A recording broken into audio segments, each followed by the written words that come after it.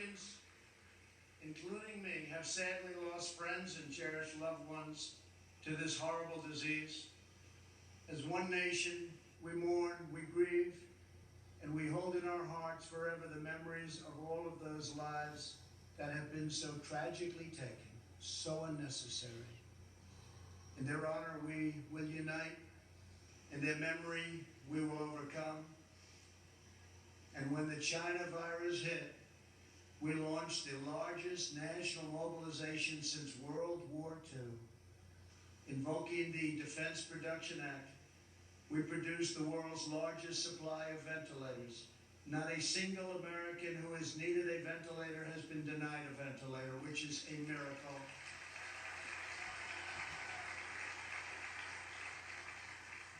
Good job heading the task force by our great Vice President. Thank you very much, Mark. Please stand up.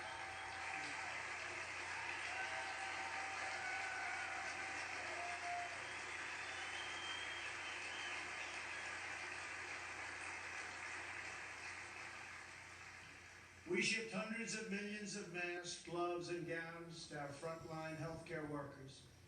To protect our nation's seniors, we rushed supplies, testing kits, and personal to nursing homes. We gave everything you can possibly give, and we're still giving it because we're taking care of our senior citizens.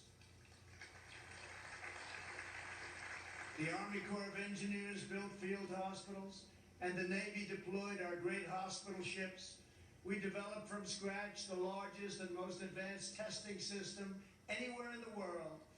America has tested more than every country in Europe put together, and more than every nation in the Western Hemisphere combined. Think of that. We have conducted 40 million more tests than the next closest nation, which is India. We developed a wide array of effective treatments, including a powerful antibody treatment known as convalescent plasma. You saw that on Sunday night when we announced it. That will save thousands and thousands of lives. Thanks to advances, we have pioneered the fatality rate, and you look at it and you look at the numbers, it has been reduced by 80% since April, 80%. The United States is among the lowest case fatality rates of any major country anywhere in the world. The European Union's case fatality rate is nearly 3 times higher than ours, but you don't hear that. They don't write about that. They don't want to write about that. They don't want you to know those things. Altogether, the nations of Europe have experienced a 30% greater increase in excess mortality than the United States. Think of that. We enacted the largest package of financial relief in American history. Thanks to our Paycheck Protection Program, we have saved or supported more than 50 million American jobs. That's one of the reasons that we're advancing so rapidly with our economy. Great job. As a result, we have seen the smallest economic contraction of any major Western nation, and we are recovering at a much faster rate than anybody. Over the past 3 months, we have gained over 9 million jobs, and that's a record in the history of our country. Unfortunately, from the beginning, our opponents have shown themselves capable of nothing but a partisan ability to criticize. When I took bold action to issue a travel ban on China very early indeed, Joe Biden called it hysterical and xenophobic. And then I introduced a ban on Europe very early again. If we had listened to Joe, hundreds of thousands more Americans would have died. Instead of following the science, Joe Biden wants to inflict a painful shutdown on the entire country. His shutdown would inflict unthinkable and lasting harm on our nation's children, families, and citizens of all backgrounds. The cost of the Biden shutdown would be measured in increased drug overdoses, depression, alcohol addiction, suicides, heart attacks, economic devastation, job loss, and much more. Joe Biden's plan is not a solution to the virus, but rather it's a surrender to the virus.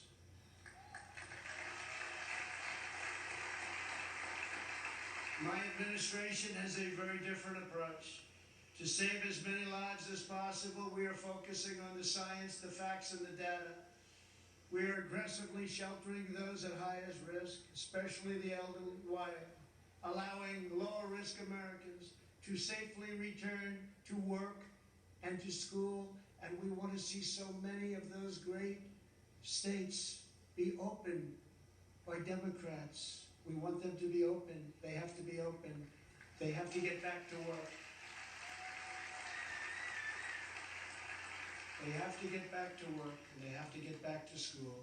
Most importantly, we are pulling America's scientific genius to produce a vaccine in record time.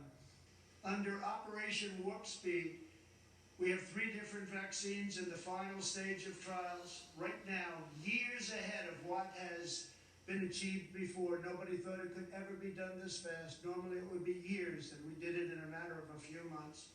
We're producing them in advance so that hundreds of millions of doses will be quickly available. We will have a safe and effective vaccine this year, and together we will crush the virus.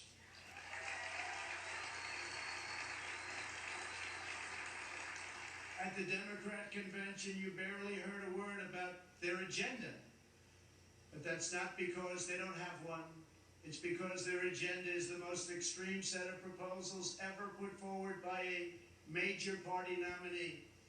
Joe Biden may claim he is an ally of the light, but when it comes to his agenda, Biden wants to keep us completely in the dark. He doesn't have a clue. He has pledged a $4 trillion tax hike on almost all American families, which will totally collapse our rapidly improving economy, and once again, record stock markets that we have right now will also collapse. That means your 401ks, that means all of the stocks that you have. On the other hand, just as I did in my first term, I will cut taxes even further for hardworking moms and dads. I will not raise taxes. I will cut them, and very substantially. And we will also provide tax credits to bring jobs out of China back to America, and we will impose tariffs on any company that leaves America to produce jobs overseas.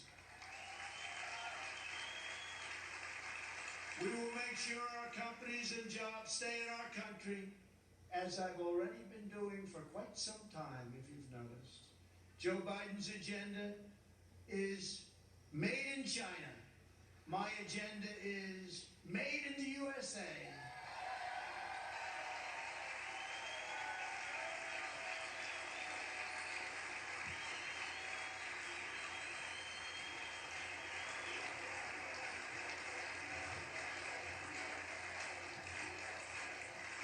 Biden has promised to abolish the production of American oil, coal, shale, and natural gas, laying waste to the economies of Pennsylvania, Ohio, Texas, North Dakota, Oklahoma, Colorado, and New Mexico, destroying those states, absolutely destroying those states and others.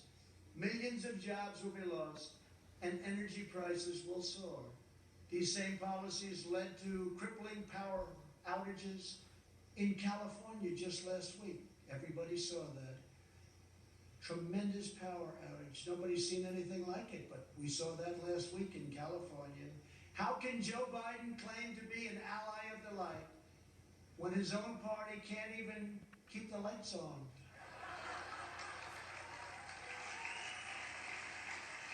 Joe Biden's campaign has even published a 110-page policy platform. You can't get away from this.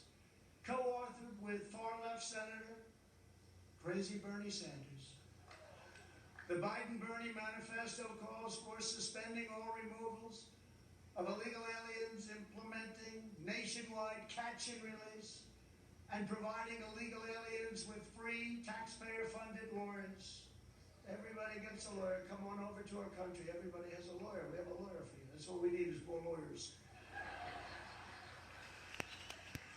Joe Biden recently raised his hand on the debate stage and promised your giveaway, he was going to give it away, your health care dollars to illegal immigrants, which is going to bring massive number of immigrants into our country. Massive numbers will pour into our country in order to get all of the goodies that they want to give, education, health care, everything.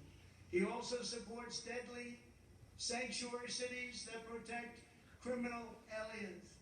He promised to end national security travel bans from jihadist nations, and he pledged to increase refugee admissions by 700%. This is in the manifesto. The Biden plan would eliminate America's borders in the middle of a global pandemic, and he's even talking about taking the wall down. How about that? Biden also vowed to oppose school choice and close all charter schools, ripping away the ladder of opportunity for Black and Hispanic children. In her second term, I will expand charter schools and provide school choice to every family in America.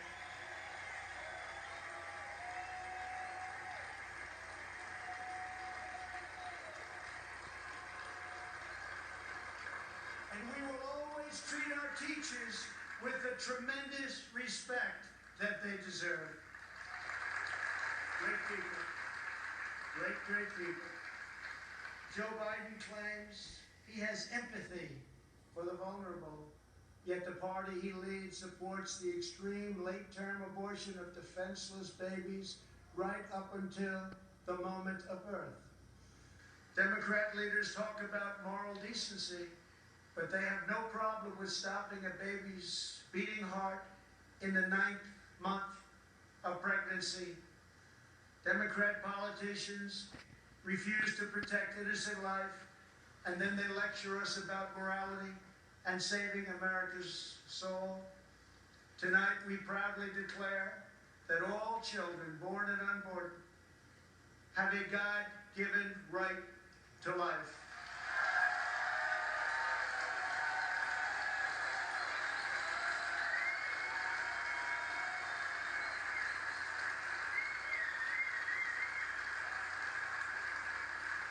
During the Democrat convention, the words "under God" were removed from the Pledge of Allegiance. Not once, but twice. We will never do that. But the fact is, this is where they're coming from. Like it or not, this is where they're coming from. If the left gains power, they will demolish the suburbs, confiscate your guns, and appoint justices who will wipe away your Second Amendment and other constitutional freedoms. Biden is a Trojan horse for socialism. If Joe Biden doesn't have the strength to stand up to wild-eyed Marxists like Bernie Sanders and his fellow radicals, and there are many, we see them all the time, it's incredible actually, then how is he ever going to stand up for you? He's not. The most dangerous aspect of the Biden platform is the attack on public safety.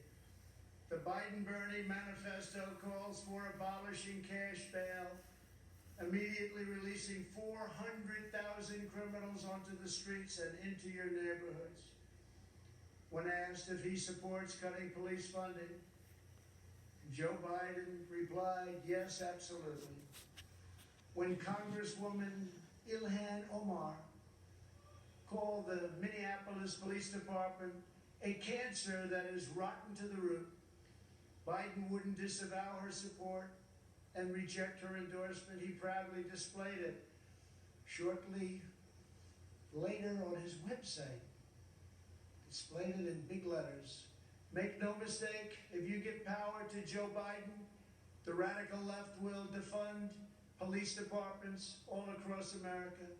They will pass federal legislation to reduce law enforcement nationwide. They will make every city look like Democrat-run Portland, Oregon.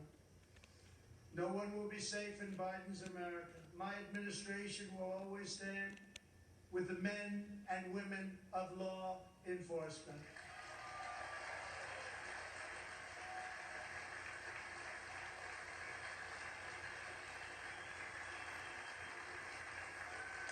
Every day, police officers risk their lives to keep us safe, and every year, many sacrifice their lives in the line of duty.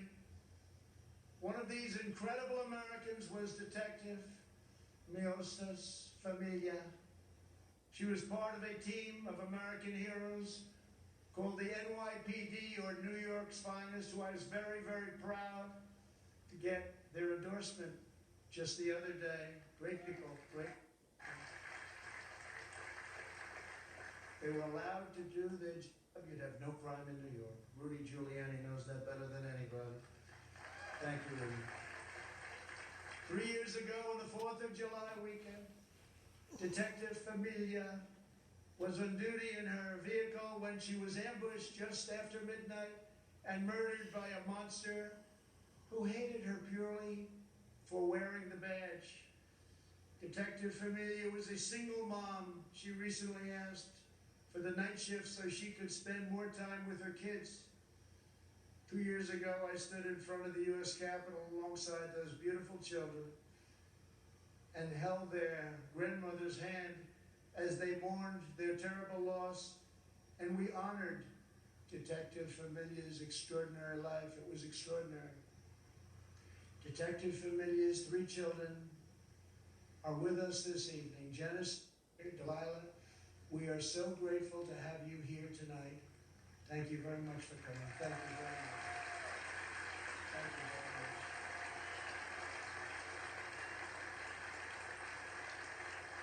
Thank you very much.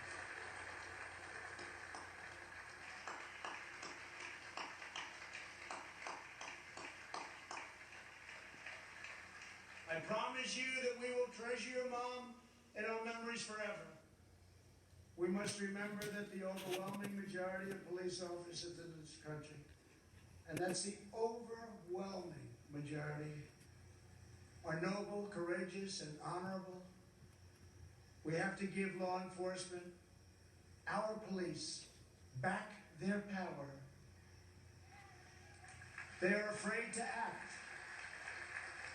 They are afraid to lose their pension. They are afraid to lose their jobs. And by being afraid, they are not able to do the job that they so desperately want to do for you. And those who suffer most are the great people who they protect and who they want to protect at an even higher level. When there is police misconduct, the justice system must hold wrongdoers fully and completely accountable, and it will. But when we can never have a situation where things are going on as they are today, we must never allow mob rule. We can never allow mob rule.